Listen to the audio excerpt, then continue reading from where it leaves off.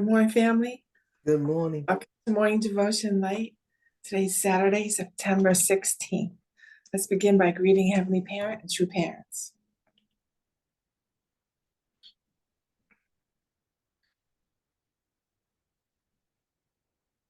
하노 부모님과 천지인 참 부모님께 기영배.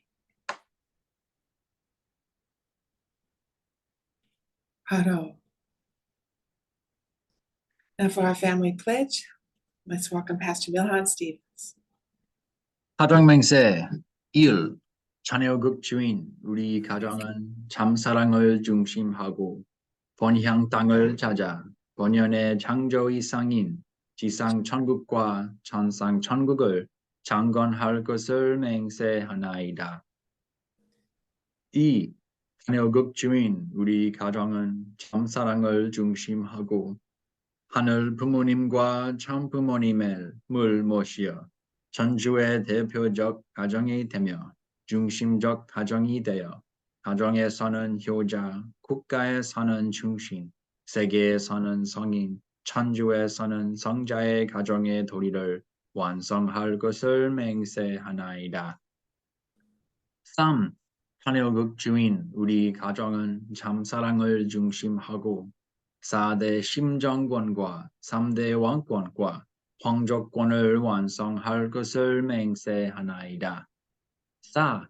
자녀극 주인 우리 가정은 참사랑을 중심하고 하늘 부모님의 창조 이상인 천주대 가족을 형성하여 자유와 평화와 통일과 행복의 세계를 완성할 것을 맹세하나이다.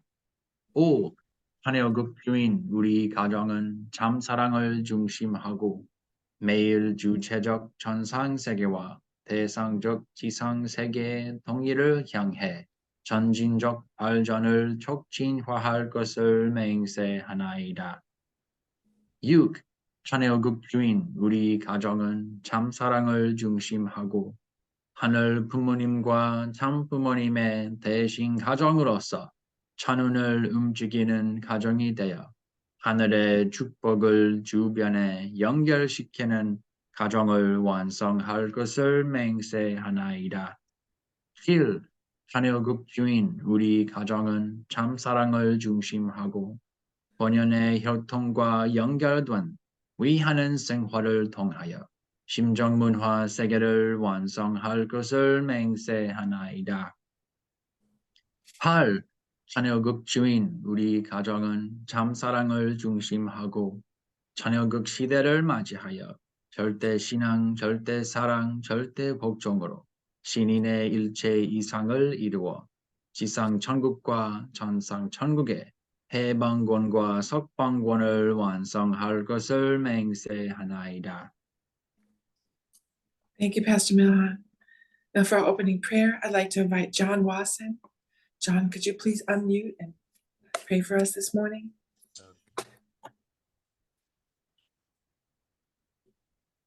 Heavenly Parent, true parents, thank you very much for this beautiful new day. Thank you so much for your love and guidance. Thank you so much for all your blessings and moving the providence forward steadily despite many hardships and setbacks and reluctant people that you've chosen. And we're grateful for now being at this pinnacle of the providence when things are falling into completion. And pray for true parents, pray for Father in the spirit world working, and pray for true mother working on the earth, and pray for the unification in North and South Korea, and pray for the very suffering situation in Japan can be resolved to your liking. Pray for America, this amazing nation that you founded hundreds of years ago, and we're grateful for this leadership that True Mother has provided for us. Pray for Damien Dunkley and pray for all our leaders, and pray that we can be people who can be your dwelling place and help you to do your will and to love people and bless people. Thank you. And I pray in the important name of John Wasson and Megumi Wasson, a blessed central family. Adieu. Adieu. Thank you very much, John. Okay, family. Now it's time to take a few moments to share our gratitude, and we'll be back in 5 minutes.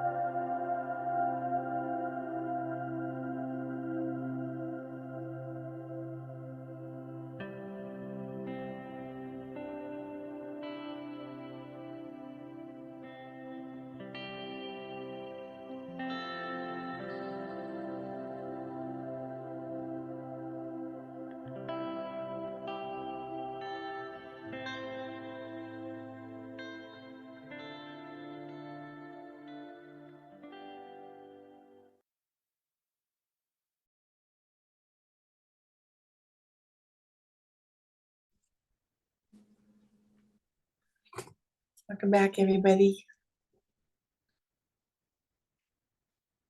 Reverend Corley, would you like to share? Would you like to share with everyone? We'd have to unmute again. Yeah, This is okay. exciting news about Long Island. Yeah, well, I'm actually probably behind the curve of most places, but I was just sharing that we're planning to establish a Chunshim One here in Long Island. We've had a dedicated prayer room for more than 30 years. It's always been a prayer room, but it's not an official Chunshim One yet. So on Thursday, we started cleaning out a lot of stuff that kind of one end of the room had a lot of clutter. So we started clearing that out. And I don't know how long it'll take us because we have to submit the donation and everything. So anyway, definitely before the end of the year, we should have it, and maybe quite a bit before that, we should have it up and running. We have to clean the room, of course, and then some small parts of it need painting. I was very impressed with Mark Baldwin's prayer, Chunshim One, on the small communities meeting. He showed a picture of it. I was very impressed. So I thought I want to repeat that to exactly as he's done it, which is very nice. So anyway, that's my gratitude this morning. Yeah. Thank you.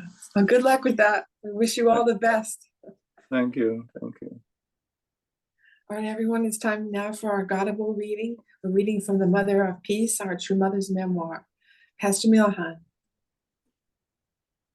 Thank you, Kathleen. Thank you, Reverend Corley. Yes, Chunshim One is the beginning of the prosperity, the blessings, revelations. So we're definitely on that as well. Let's begin. Everybody, Welcome here, to right? Mother of Peace, and God shall wipe away all tears from their eyes. A memoir by Hak Jahan Moon, a production of the Washington Times Global Media Group, narrated by Alison Hiroto. As the 1970s approached, it still was a turbulent time for the world. North and South Korean discord threatened to flare up into another war, and the international situation was volatile. Communism was expanding across the globe on many fronts. Knowing the inhumane brutality of communist governments, from our personal experience, my husband and I launched a very successful educational initiative called Victory Over Communism, VOC. Ours was the only voice in the world to clearly explain the fallacies of its materialistic and atheistic theory, while offering a God-centered counter-proposal. VOC strengthened the resolve and understanding of South Koreans, and it had a huge impact soon after in Japan, turning back its far left-wing factions through peaceful means. At that critical moment, my husband and I once again urged our members, especially the women, to take action. Our Heavenly Parent knows the power of women. Our movement did not truly begin until our couple's holy wedding, because we are a family movement, and it takes a husband and wife to create a family. My husband is the world's foremost champion of women as the moral leaders of the family and society.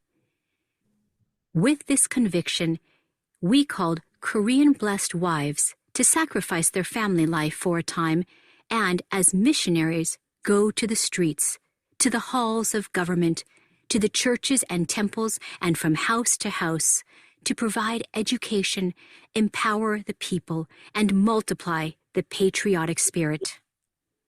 The wives responded.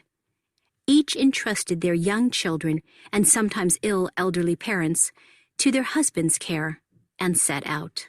The mother is the center of the family, and when she is not home, even for a day or two, the family suffers.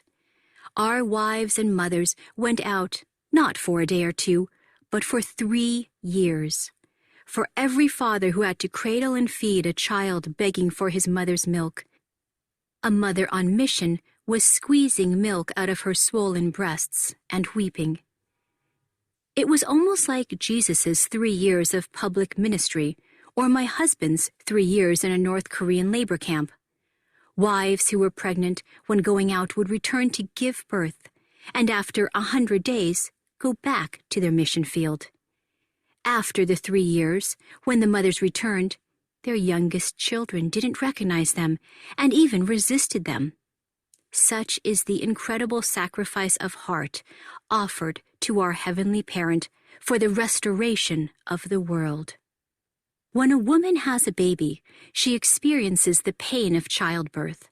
Despite this, the midwife's job is to encourage her to push more.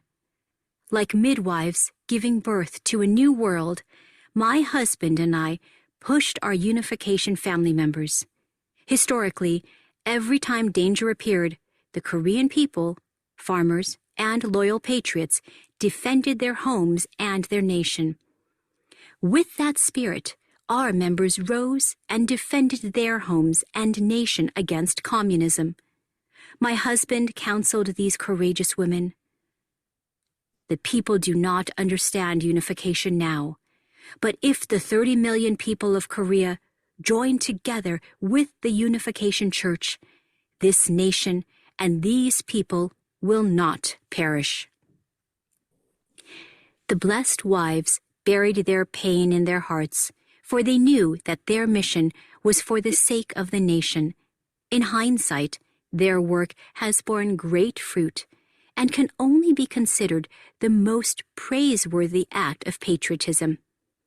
Thus far, it has been hidden from view in our nation's history, but one day it will be revealed.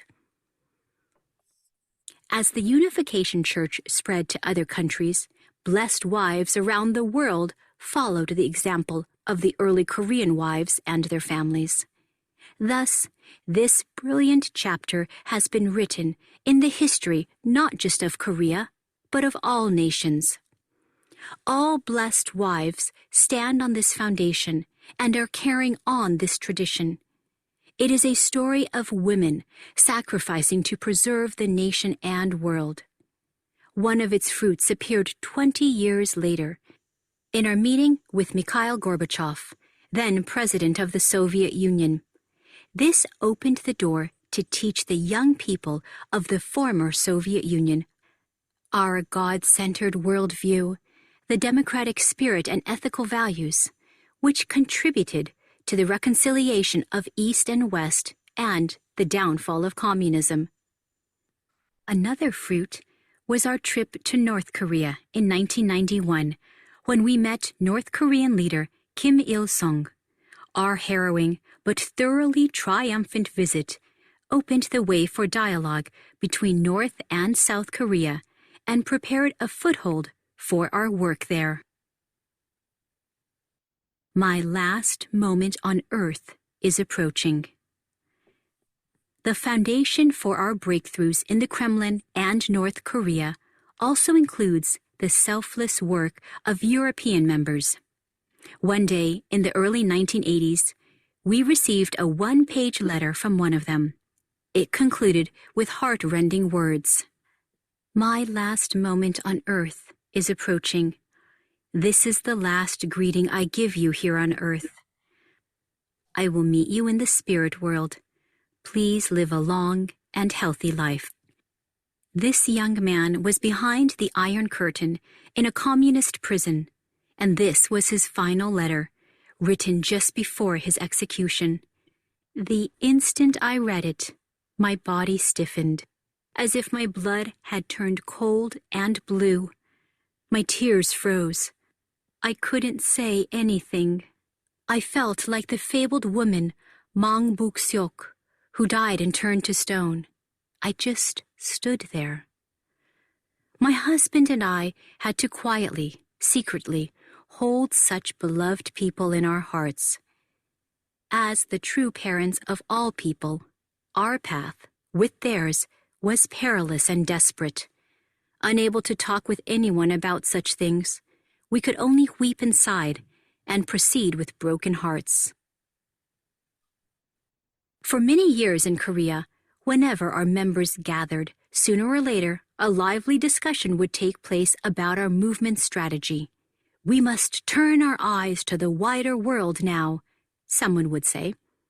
Another would retort, "Isn't it too early? We don't even have a church building here in Korea." And a third would join the fray. "Okay, so we build an attractive building, but if it's only for Korea, will God like it?" Of course, my husband and I were well aware of the issues and knew that both evangelizing internationally and building a strong church in Korea were important. But we steadfastly chose the world over Korea. And as a result, the appearance of our first churches remained shabby. Up until the 1980s, we could not present to the nation even a single decent church building. Our members might have wished to have a place where they could gather with guests and comfortably hold services, but it was not to be. Small A-frame structures with green roofs were all we had. In the public square as well, people ridiculed us, asking why we and our members kept talking about restoring the world when we didn't even have a decent church building. From a humanistic perspective, they had a point. But they did not know the principle. Our church was created for a higher purpose, and we put working for humanity and the world first. The salvation of the world took precedence over our task in Korea. In 1958, our first missionary crossed the sea to Japan, and the next year, a few trusted members pioneered missions in the United States. Given the impoverished state of our Korean church, it was almost unthinkable to start foreign missions in Japan and the United States. But our purpose went beyond being solely a Korean group. To bolster these budding foreign missions, Father Moon undertook a 10-month world tour in 1965.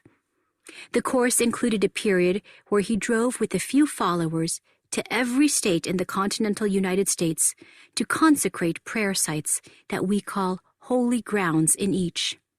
He met our missionaries and their young members in the United States, Europe, and other countries, and met prominent public figures, including former U.S. President Dwight Eisenhower. On this momentum, the flow of unification missionaries into Europe, the Middle East, and South America began to rise. Supporting the organization and coordination of all these missions made conditions arduous, both in the mission field and in Korea, and sometimes Korean members would shake their heads and say, "Things are getting worse." But in the 1970s, the divine principle of the Unification Church spread through the world. Many tens of thousands of young people heard the lectures and left their old lives to dedicate themselves to God's providence. It wasn't long before the countries of the world, as though one with accord, gathered their energy to oppose us. But our movement was like a roly-poly toy. The persecution hit us, and we bounced back. It hit us again, and we bounced back again, even stronger. Thank you for listening to Godable. Visit motherofpeacebook.com to purchase the complete audiobook. Godable is made possible by listening. Thanking God to parents for these words today. It is, for me, a reminder of how resilient we are, but our resilience comes from having the big picture, having a global mindset, Jesus's mindset, true parents' mindset, God's mindset. And with that, there's no way we can be stopped. We're not attached to any conventional approach to anything. Of course, sometimes when you're too experimental, then things get shaky and people get shaken off. But we didn't hesitate because we were so sure that the truth was what we had. But not without sacrifices. So if we go into these highlights, talking about VOC, victory over communism, ours was the only voice in the world to clearly explain the fallacies of its materialistic and atheistic theory while offering a God-centered counterproposal. So it's true. I mean, many people thought communism would take over the world. And, we offered a very balanced counterproposal. Looking at dialectical materialism and saying how this just doesn't work. And these theories do not trump thousands and thousands of years of biblical history. So we did that. And we did it at a price. And women was the secret weapon. Our Heavenly Parent knows the power of women. Again, women are extremely powerful. They move people. I was sitting at the carpet talk yesterday, and I had a baby, Emika, with me. I'm telling you, the baby and the women, it's powerful. The spirit it naturally comes up. So of course you want women out in the field doing the work. They're our best secret weapon against Satan. However, it was not without sacrifice. The mother is the center of the family, and when she is not home, even for a day or two, the family suffers. Our wives and mothers went out, not for a day or two, but for 3 years. And I know in some cases they couldn't go back. Offering their children to relatives and loved ones in order to serve what God needed to do now. It really, even for me, it's hard to imagine such a sacrifice, but I'm so glad the mother can speak about it clearly. Sometimes 2nd Gen, we're very judgmental, and we say, this shouldn't have happened. Why was I sacrificed? Doesn't seem right. You can ask Joel about that. But look, mother is very clear. This is a sacrifice.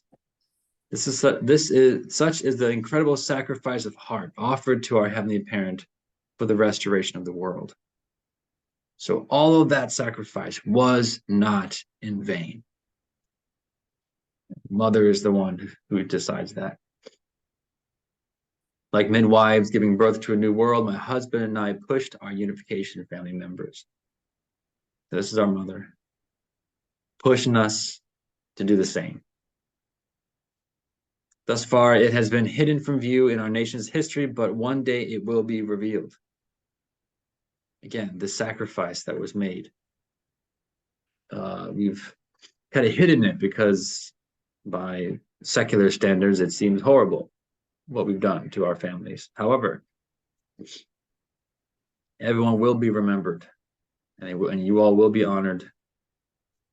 That is, if it's the last thing I do, that is what we will do. We'll preserve this history. So please share it with us. Please write your memoirs. I was talking just in case you don't know already, being a member of the executive staff of the history department. Of course, I've not been so involved lately, but Dr. Mickler has said the most valuable historical material are journals that you all have written, especially while the events were taking place, or while things were happening. Those journals are the most important thing, and that's why I have journals, and I carry them around from place to place wherever I move, because I may not think much of those journals, but someone else will, and they will be studying your lives, what you've written down forever, as old as the books of the Bible are. Your books will be studied as well.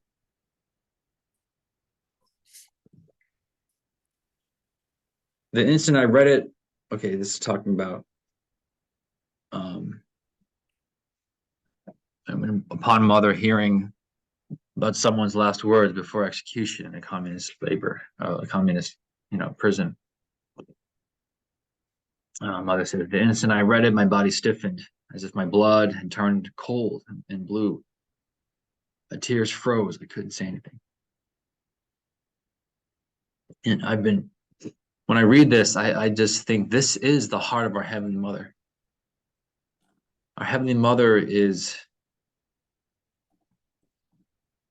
the reason why Heavenly Mother hasn't shown up in the world. It's because she's frozen solid. Heavenly Mother is just cold and just completely traumatized. And that's the reason why only our Heavenly Father's nature was expressed. Because Heavenly Father is ready to take action, go to war. The Heavenly Mother is just crying, just screaming in pain. And only through our true mother has Heavenly Mother been able to, this side of God, this warmth, this love, this trust, this tree of life, just, the knowledge of good and evil, just planted there firmly. Yeah, that's what came to mind then. So here talking about this choice that true parents had to make. And what was interesting was you could see that there was a lot of discussion going on in the church, that it's not like God was giving true parents detailed instructions, but true parents had to make decisions, and they consulted members and leadership. But here there's a juncture where they had to choose the world or Korea. But we steadfastly chose the world over Korea. And as a result, the appearance of our first churches remained shabby. Sacrifices are made on a local level for the greater purpose. And we all know that very well. And I don't know of any community that has sacrificed for the greater purpose more than New York.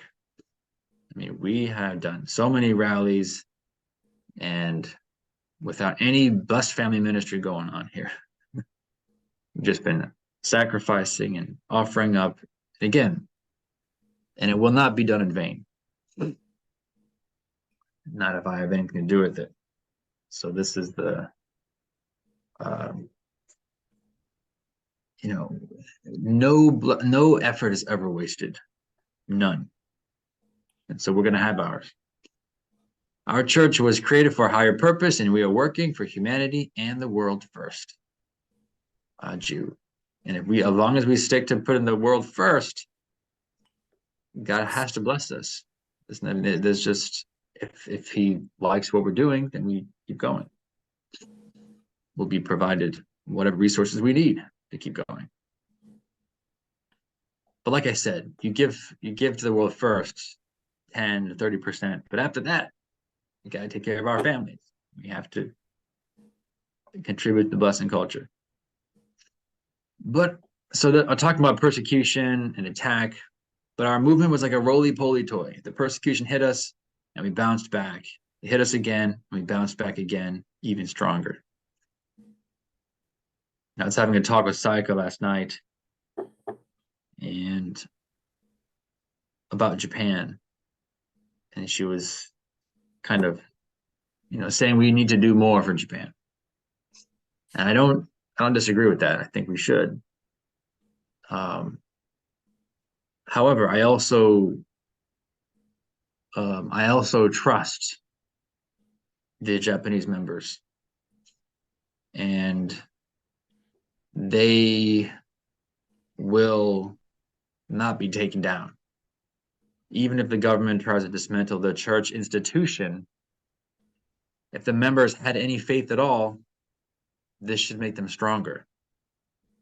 And they will take this persecution, and they will bounce back stronger and more serious about their their commitment that they made to God. The best thing we can do is do what we're supposed to do, do our responsibility. Not get distracted. We're here for one purpose. That is tribal messiahship. That is building a foundation to restore cities, restore states, and restore this nation. I'm telling you, when we restore America, no one is going to shut down our church anywhere in the world. But if we're still just distracted and trying to do this or that, Satan wins. So we cannot divide our attention. New York is our responsibility. So if we don't restore New York, there's nothing we can do to help Japan. I promise you. So, okay. God bless you all. Thank you. Thank you, Pastor Miller. All right, family, let's take a few moments to share our reflections, and we'll be back in a few minutes.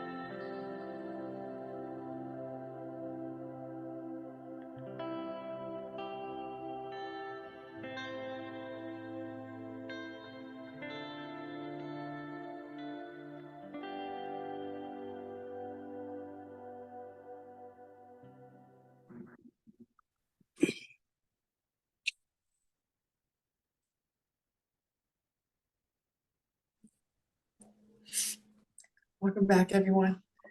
Genti, can you please share with us? You probably have to unmute. Thank you. Okay. Yeah, thank you. Hi, everybody. Good morning. When I hear such a story, like parents living with children for 1 year, 3 years, special months, it's like unimaginable. Outside the world, nobody can imagine to go and do mission for the world and leave your kids alone. And actually, I was last almost 3 weeks. I was in Denver, and I meet one second gen, one Yoshi, her name, and her parents is dad is Jewish and mother is American. No, sorry, mother is Japanese. And she shared her story how her parents, they bring her when she was 1 year old, they bring her to a Japanese sister who was taking care for little babies. And her parents, they go mission for 1 year, and she said for 1 year they didn't came back to visit her because they were far away in the mission. And actually they did in purpose also because they wanted to make really as a condition for America. And when the parents came back and they called her her official name, she couldn't react. Like she couldn't even know what is her name, because the Japanese sister who was raising up her, they called her Yoshi instead of her name. They called her, like, how to say, polite way, Yoshi. And she said all the times she kept her name like Yoshi. And when she became 18 years old, she said, finally I changed my name from official name into her Yoshi, because everybody recognized her all the time. They call her Yoshi. And of course, she said, I don't remember so much at the time because she was little one. But she said, I was not only me. She said, we was a lot of small children raised up from those Japanese sister who was taking care, and parents, they go out in the mission. And for me, that was like, oh my goodness. And I told her it's good. All of you who has such an experience, really write some book or give testimony to us today. Because we easily complain today for many things.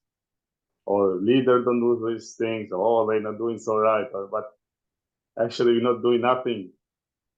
Instead of complaining, we don't do nothing. At least such a testimony really can make us reflect much better way. And this is really is something which can really, such a testimony can keep our hearts in greater attitude. Yeah, this is my, I'll say, what my reflection from this Bible. And I'm grateful that I have a chance to meet Yoshi, to hear such a testimony from her. Yeah, thank you. Thank you, Genti. Thank you. It's incredible to hear about the sacrifices that were made for this country. So thank you for sharing. Okay, brothers and sisters, before we begin our 7 minutes prayer, do we have any prayer requests today?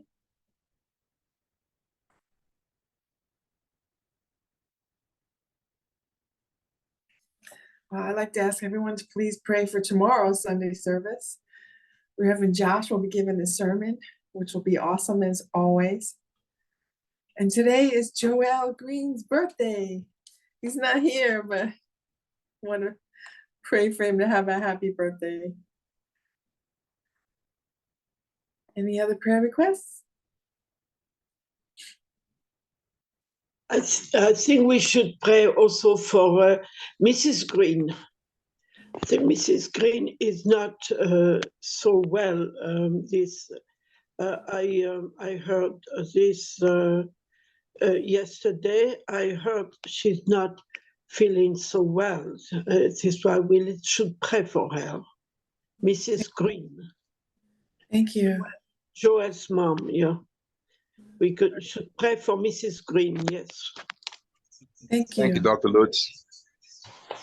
Glad to hear that. Okay, brothers and sisters, Let's begin our 7 minutes unison prayer. Shija. Most beloved Heavenly Parent, Thank you for allowing me to join this prayer together with my brothers and sisters here, with Milhan and with Nancy, giving a testimony, and with Junita, who sacrificed children, two babies. Father brought her to her mother that went out. Nearly 70. Yeah, so thankful for those who did that. You know, some of the all rejecting that, suffering from that. Also for Joel's birthday today. Successful Sunday service for Joshua. Successful sermon. Barrel's health. Pray for her to strong. Pray for all of us. Sisters with health issues. For Ellen. Forgive us for the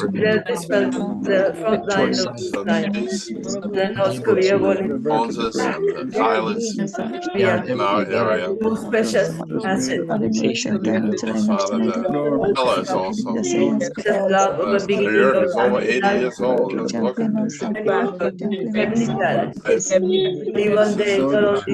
Especially the young people that are waiting to accomplish, Father, but their responsibility, like Father, Joshua, and beautiful young generation, the third generation, waiting to also come out, Father. Be loud, Father. A sign of the future was son and daughter also. And I pray for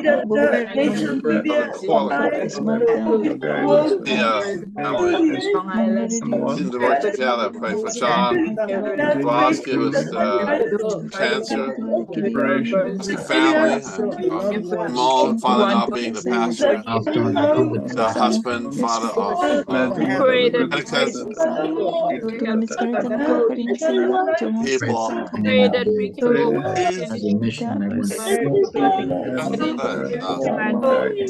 Masakis, the Chinese Federation, Father, the Caribbean ministry, to continue to thrive. Father, that all the effort and the giving and the sacrificing will bear fruit as it did with Gorbachev, as your mother said. There's all the many different sacrifices that were laid in order to open up on the basis of the sacrifice, make something holy to heaven, now into joyfully and willingly.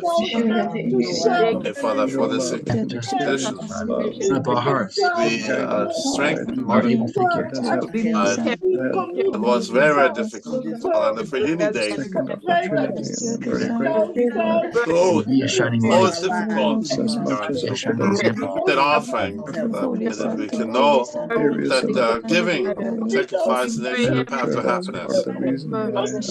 Father, for the Coy family, the Gomez family, Jean, Pope singer, Father, for her, continue her path, Father, Kathleen, Father, that she will have a blessed family, blessed couple, Father.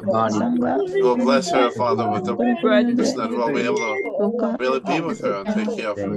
To Marguerite, I'm so grateful for the share with Vera this morning and yesterday.